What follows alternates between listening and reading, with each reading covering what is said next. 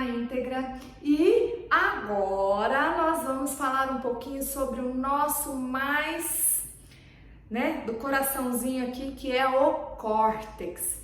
Bom, para aquelas pessoas, para aqueles cabeleireiros que têm temor de falar sobre o córtex, porque sabem que é exatamente lá dentro que tudo acontece, nós agora vamos começar numa maratona conhecendo, viajando por dentro do nosso fio de cabelo. Nós já falamos um pouco sobre as cutículas, sobre a quantidade de cutículas, nós já falamos sobre todo o processo de nascer um fio de cabelo, de como é que ele nasce, como acontece todo aquele processo lá dentro da epiderme, da derme, da hipoderme, da papiladerme, e assim um monte de outros assuntos que também são, dentro da tricologia, pertinentes ao nosso fio de cabelo.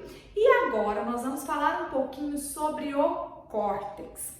Todos nós sabemos, eu já mostrei para vocês, que se eu dividir um fio de cabelo em algumas partes e colocá-la, num microscópio, eu vou aprender que, através daquela visão, que o fio de cabelo está dividido em 3 zonas. E quais são elas? Nós temos a zona superficial, que são as nossas cutículas, que são exatamente aqui, essas camadas, de cutículas.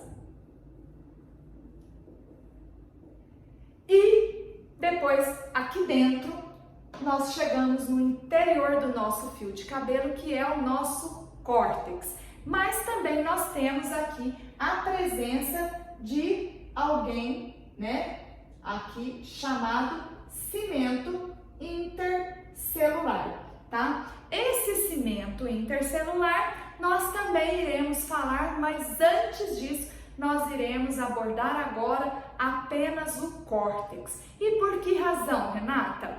Porque através do córtex nós iremos conhecer todo aquele mundo dos nossos pigmentos, sobre as nossas macro, microfibrilas, que nós já falamos também em um outro vídeo sobre, a característica. Eu fui desmembrando um fio de cabelo através, de uma aula, claro, não foi no microscópio, mas também vou mostrar para vocês em fotografias, através de ilustrações, em outros vídeos, para que fique ainda mais especificamente, exemplificado.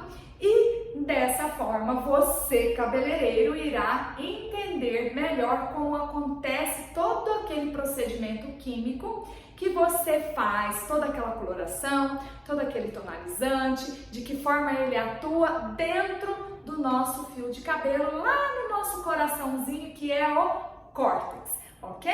Então, pessoal, aqui nós temos, uma ilustração. Eu e meus desenhos lindos, maravilhosos, que são maravilhosos meus desenhos, brincadeiras à parte, mas aqui nessa minha ilustração eu coloquei para vocês, a parte da cutícula, coloquei algumas camadas.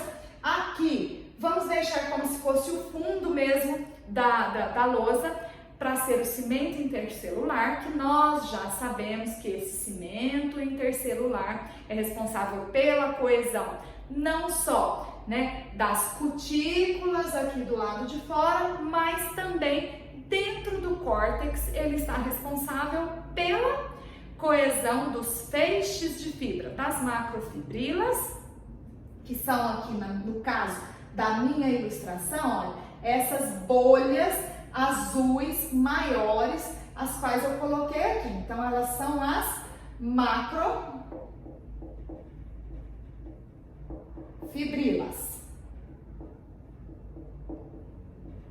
ok? Essas são as macrofibrilas. E dentro das macrofibrilas, eu também já exemplifiquei, já ilustrei, já falei para vocês que existem as microfibrilas. Então, aqui no meu lindo desenho, as microfibrilas estão sendo representadas por essas criaturinhas aqui, tá vendo? Esses feixezinhos minúsculos de fibra, porque as macrofibrilas estão dentro as microfibrilas estão dentro das macrofibrilas. Então, aqui são as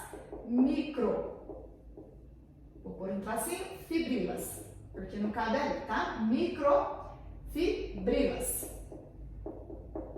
Ok? Muito bem.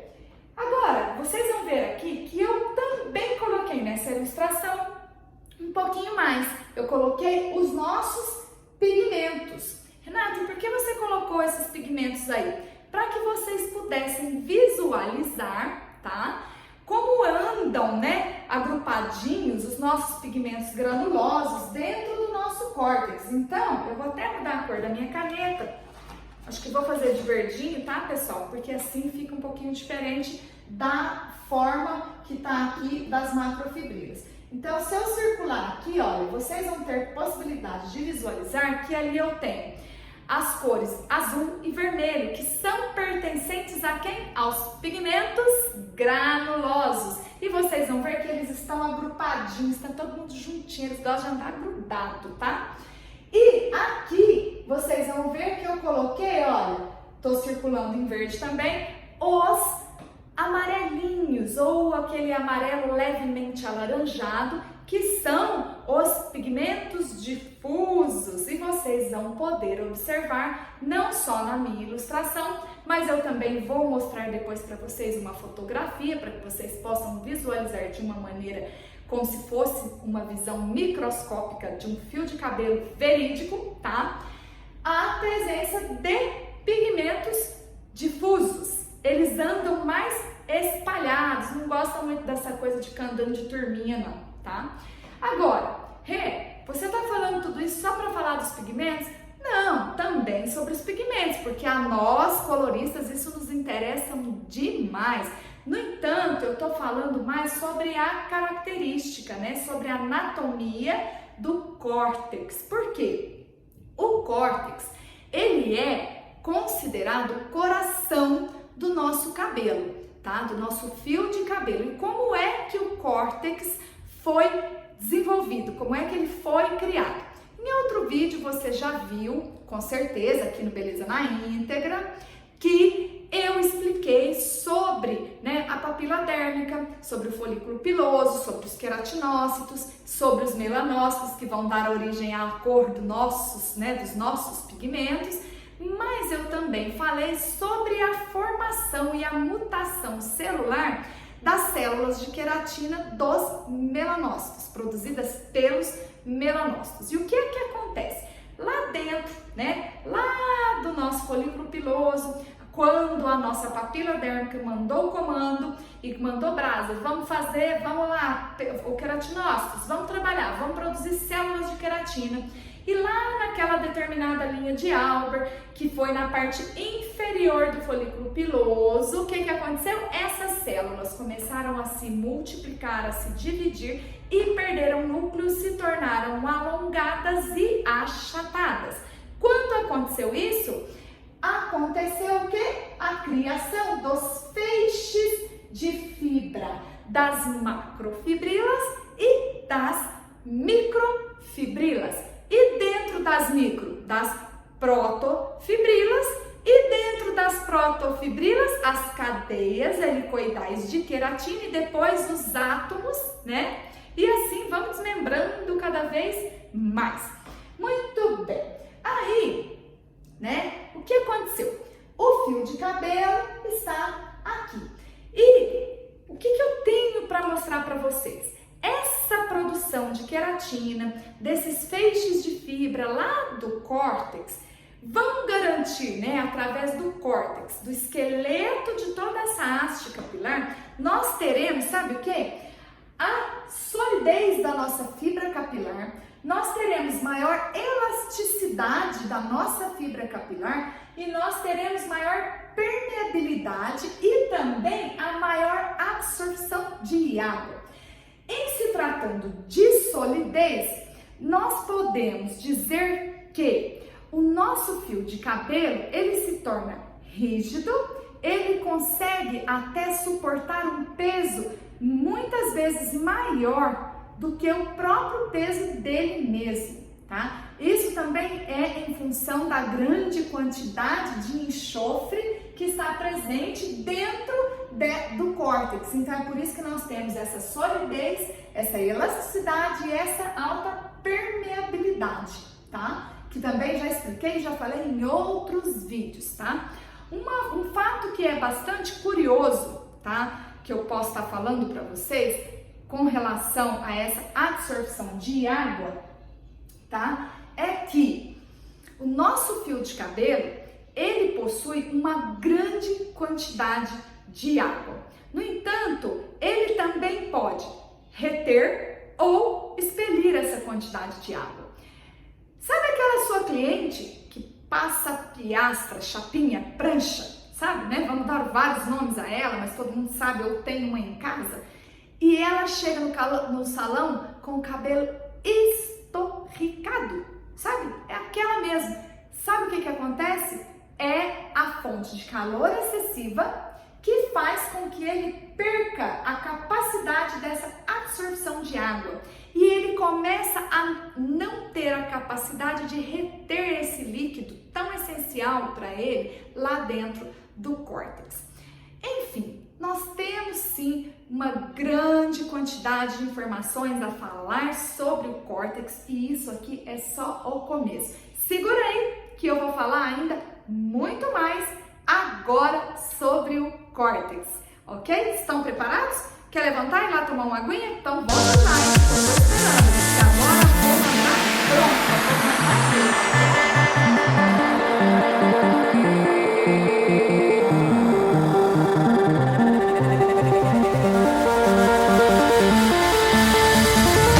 It's never too late to admit when you're wrong. Turn a new leaf, see a new dawn. The time to decide has come and gone.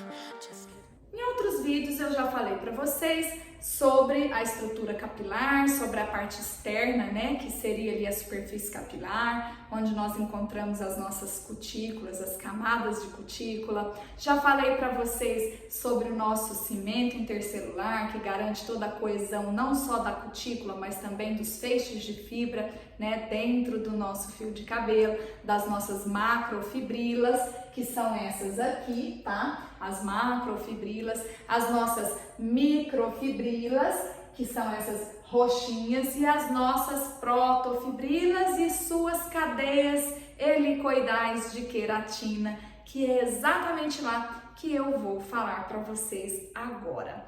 Vejam só, dentro dessas cadeias de queratina, nós sabemos que para formar essa cadeia de queratina se fez necessário a junção de 19 diferentes aminoácidos, ou seja, nós precisamos daí de uma variedade de aminoácidos muito grande para construir, né, para que o nosso organismo, para que os nossos queratinócitos pudessem, né, produzir a nossa queratina, que é a proteína principal que nos, né, garante aí uma resistência, uma coesão, uma boa permeabilidade, elasticidade para o nosso fio de cabelo, também, né, com suas funções aí para pele, unha, mas para o nosso cabelo, ela garante aí toda aquela sustentação através da queratina. Essa queratina é que garante tudo isso para nós aqui no nosso fio de cabelo. Vejam só, se eu desmembrasse, né, todo esse fio de cabelo, nós teríamos aqui dentro do córtex, né, os nossos pigmentos, né, eu deixei ele bem visível, o pigmento granuloso, né, com seus pigmentos naturais das 3 cores primárias, né, as 2 primárias, o azul e o vermelho, que são assim os mais essenciais dos pigmentos granulosos, que andam aqui, né, em turminha, agrupadinhos.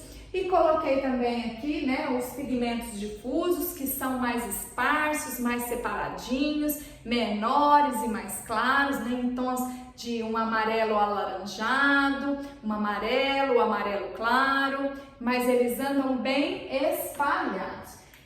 Depois eu coloquei aqui, né, como se eu tivesse feito, né, um desmembramento aqui no microscópio.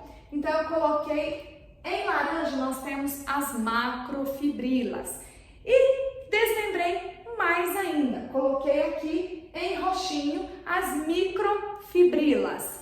Essas microfibrilas também desmembrei mais e dentro delas eu encontrei, hastes, ou seja, cadeias helicoidais, que são as protofibrilas, que elas são cadeias helicoidais, ou seja, espiraladas, de grande conteúdo de queratina. Ali também encontram algo extremamente importante. Então eu trouxe essa parte aqui dessas cadeias helicoidais queratinizadas para cá. E aqui eu vou mostrar para vocês a importância enquanto colorista e enquanto cabeleireiro de conhecer sobre essas pontes. Isso aqui nós chamamos, se eu desmembro aqui e eu levo para um microscópio, eu ainda vou encontrar as pontes disulfúricas.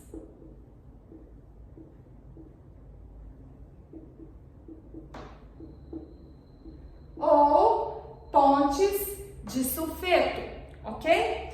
Muito bem, essas pontes, elas são constituídas de alguns nutrientes que vão trazer toda a nossa carga genética, aquela que veio lá de mamãe e de papai, e também vão me garantir, o conteúdo genético que vai me dar origem ao meu fio de cabelo, se ele é cacheado, se ele é liso ou se simplesmente ele é de cor clara ou cor escura e tudo mais. Aqui nessas pontes, eu tenho essa carga genética que vem através das pontes disulfúricas e elas podem ser pontes salinas, podem ser pontes hidrogênicas e essas duas primeiras, as quais eu citei, elas podem ser rompidas simplesmente com a umidade do ar ou até mesmo com uma lavagem, ou seja, quando a gente lava o cabelo, quando a gente umedece esse cabelo, elas se rompem, mas se rompem temporariamente, ok? No entanto, eu tenho pontes que são muito mais resistentes e são muito mais importantes em se tratando de conteúdo genético, para o nosso fio de cabelo, do que essas duas primeiras, as pontes disulfúricas, ou seja, as pontes de sulfetos. Essas pontes de sulfeto, elas são assim chamadas em função da quantidade de carbono e enxofre nelas encontradas. Então eu tenho pontes de carbono e pontes de enxofre. Essas pontes é que vão dar a sustentação para as paredes do meu fio de cabelo. É através delas que eu vou determinar se o fio de cabelo vai ser liso ou cacheado, porque da forma que ela se fixa é a forma que ela ficará. Quando nós estudamos a parte de formas, de texturas de um fio de cabelo, e quando nós desejamos modificar essa forma, nós precisamos ser exímios conhecedores destas teorias, deste conteúdo sobre pontes de enxofre, pontes de carbono, pontes disulfúricas. Então, pessoal, essa é a ordem que elas vêm dentro do fio de cabelo organizadas. A partir do momento que eu quero modificar, eu preciso, ao contrário das pontes hidrogênicas e pontes salinas, eu preciso de aplicar um agente alcalino, um agente que tenha uma composição de álcalis muito eficaz para que eu possa realmente modificar esta estrutura, porque ela vem assim organizada. Então eu tenho uma ponte de carbono, uma ligação de carbono, uma ligação de enxofre, outra de enxofre e outra de carbono. A partir do momento que eu aplico um agente alcalino, eu vou desconstruir, ou seja, desorganizar essa estrutura toda, e aí sim eu estarei modificando e dando uma nova forma, tanto para o liso quanto para o cacheado, e aí eu reorganizo. Normalmente, dependendo do agente alcalino que eu aplicar, se for um agente alcalino através de tioglicólicos, vai acontecer de uma determinada forma. Ninguém vai sair daqui dentro do meu fio de cabelo, eu não vou perder nenhuma ponte dessas. Mas eu vou desorganizar, vou organizar de novo com uma nova forma e vou fixar aquela nova forma. No caso de agentes alcalinos à base de hidróxidos, de sódio, de lítio, assim por diante, eu vou sim acontecer aqui uma perda de um desses elementos de enxofre. Então, pessoal, a partir do momento que eu aplico, nesse cabelo um produto que tenha, um agente alcalino que seja a base de hidróxidos, que não seja a base de tioglicólicos, eu vou sim estar perdendo aqui uma dessas pontes de enxofre. Quando essa ponte de enxofre sai e eu perco essa ponte, eu tenho uma nova estrutura capilar, uma nova fase, uma nova estrutura que eu estarei formando. Então eu passo a ter uma nova estrutura que vai ser CSC. Então eu vou deixar de ter CSSC para ter CSC. E eu então, aqui nesse momento, a partir do momento que eu fixar essa nova forma, eu vou ter uma ligação lanthionina. Ok, isso aqui para nós que não estamos interessados em forma, ok. Se eu tenho uma necessidade de conhecer forma, eu preciso saber isso aqui com os pés nas costas. No entanto, o meu foco hoje não é isso aqui. O meu foco é conhecer essa estrutura. Para quê? Para explicar para você, colorista, que quando eu vou aplicar um agente alcalino extremamente elevado, ou seja, quando eu aplico um descolorante, viu só onde eu queria chegar, pessoal? Quando eu aplico um descolorante com um creme oxidante de 30, de 40 volumes no cabelo da minha cliente, onde é que eu vou atuar com esse produto que eu preparei, que eu apliquei no cabelo da minha cliente? O meu pensamento é que eu estou atuando aqui, nos pigmentos. No entanto, eu estou atuando ali? Estou. Mas é só lá dentro do meu córtex? Não. Quando eu estou aplicando um descolorante, que é um agente em potencial extremamente alcalino, e que eu aplico esse produto com um oxidante, às vezes com uma elevada volumagem, com um elevado percentual de peróxido de hidrogênio, eu estou, entre aspas, agredindo esse cabelo. Porque eu não vou atuar somente aqui na remoção desses corantes, eu não estou apenas tirando os pigmentos granulosos para fora, para depois depositar uma nova nuance, uma nova tonalidade de cor nesta mecha. Eu também, sem querer, estou atuando aqui dentro, no meu cimento intercelular. Eu estou atuando no meu cimento intercelular, onde eu estou fazendo que esse cimento tenha rupturas,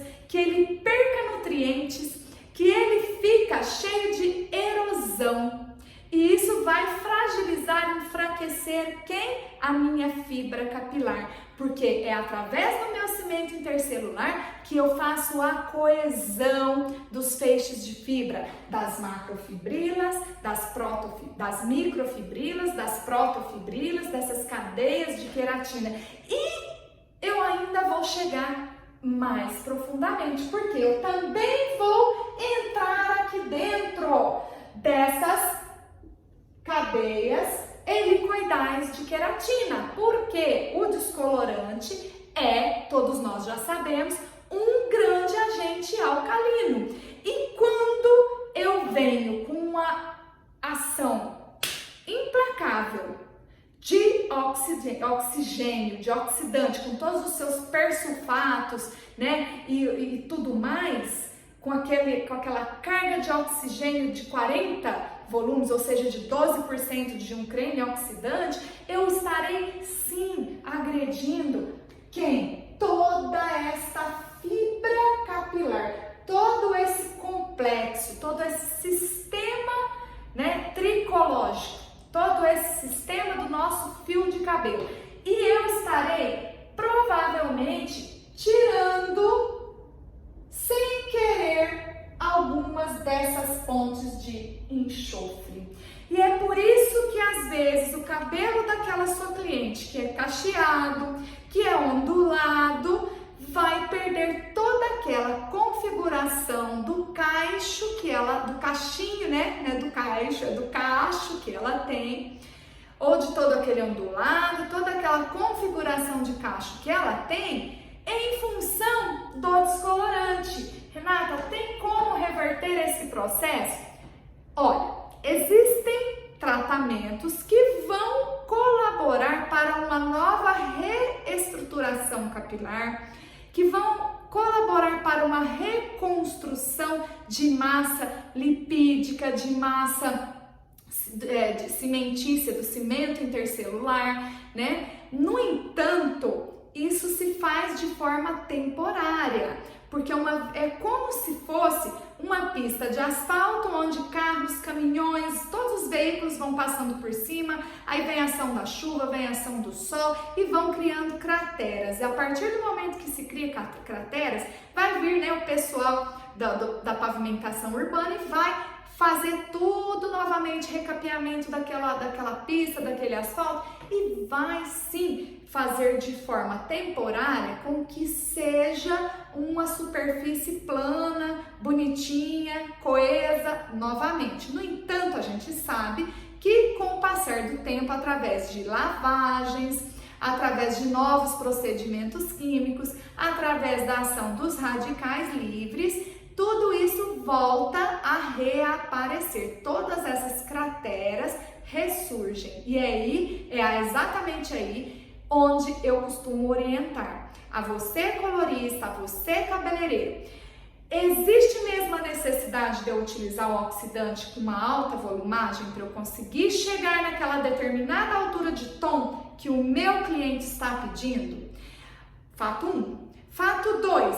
Existe mesmo a necessidade de eu aplicar um descolorante que é de baixo custo ou de baixa qualidade no cabelo do meu cliente? Fato 2. Então, eu tenho que ter aquela responsabilidade e a compreensão de que para que eu obtenha resultados satisfatórios, resultados, né, duradouros, resultados saudáveis no cabelo da minha cliente, quando eu entendo isso, eu entendo que eu tenho que utilizar um descolorante de boa qualidade, que dentro daquele descolorante eu tenha, às vezes, nutrientes até de cosmeticidade, agentes cosméticos, dentro daquele oxidante que eu vou utilizar, que ele seja estável, que ele tenha liberação de oxigênio gradativa, que também exista lá dentro agentes cosméticos que vão impedir que este desgaste da fibra capilar, de todo esse complexo estrutural, seja comprometido. Outra coisa muito importante, hoje todos nós já sabemos que existem no mercado agora agentes cosméticos que são altamente enriquecidos com nutrientes e são utilizáveis durante esse processo do clareamento. Então eu posso colocar ali uma adição de proteção para que enquanto eu esteja fazendo a realização desse procedimento de clareamento, de descoloração no cabelo da minha cliente, que eu tenha também ao mesmo tempo, simultaneamente, condições de estar oferecendo a essa fibra capilar nutrientes de proteção. Enquanto estou aqui fazendo a limpeza e remoção de todos esses pigmentos naturais ou artificiais, tá? Não interessa se são naturais ou artificiais no cabelo da sua cliente, mas que eu também possa estar repondo nutrientes ali dentro. Eu posso fazer isso? Posso. Então, pessoal, foi simplesmente pelo fato de mostrar para vocês que não há necessidade de fazer uma desconstrução, né, de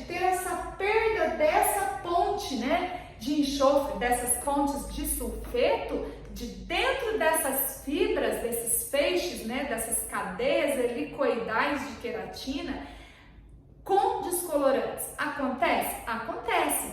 E é por isso que a sua cliente chega no seu salão e ainda fala para você: poxa vida, mas você fez minhas mechas e olha como ficou o resultado do meu cabelo. A cor tá linda, mas eu perdi o meu ondulado, eu perdi os meus cachos, eu vou ter que cortar o cabelo, ele não tá legal, eu preciso de uma reconstrução. Essa reconstrução vai ajudar? Claro que vai. No entanto, essa reconstrução é algo temporário. Se a sua cliente não ficar fazendo uma reconstrução ou uma manutenção desse procedimento de uma forma com frequência, ou seja, regularmente, ela vai perder esse resultado. Então, pessoal, é isso. A dica de hoje era exatamente essa, sobre não só sobre a estrutura capilar em si, mas quando eu aplico um descolorante, quando eu faço esse procedimento, utilizando um agente ou qualquer outro procedimento, utilizando um agente alcalino, eu vou atuar onde? Aqui dentro, no córtex, no coração do cabelo, lá nas pontes disulfúricas, nas pontes de sulfeto, e é lá que eu vou modificar toda a fórmula, toda a forma capilar da minha cliente. E se esse é o desejo dela, ok, mas se não for, temos que nos atentar a essa situação, a essa responsabilidade dessa cliente que nos traz esse cabelo, que nos entrega com toda a confiança o resultado, né? Ela quer um resultado satisfatório, um cabelo saudável. Ok, pessoal? Espero que vocês tenham gostado dessa dica de hoje e vejo vocês no próximo vídeo. Não esquece de deixar seu like e seguir o link aqui para que a gente possa assistir e estar, né, colaborando, contribuindo com vocês no dia a dia do Salão de Beleza. Até mais e o meu obrigada por hoje. Até lá!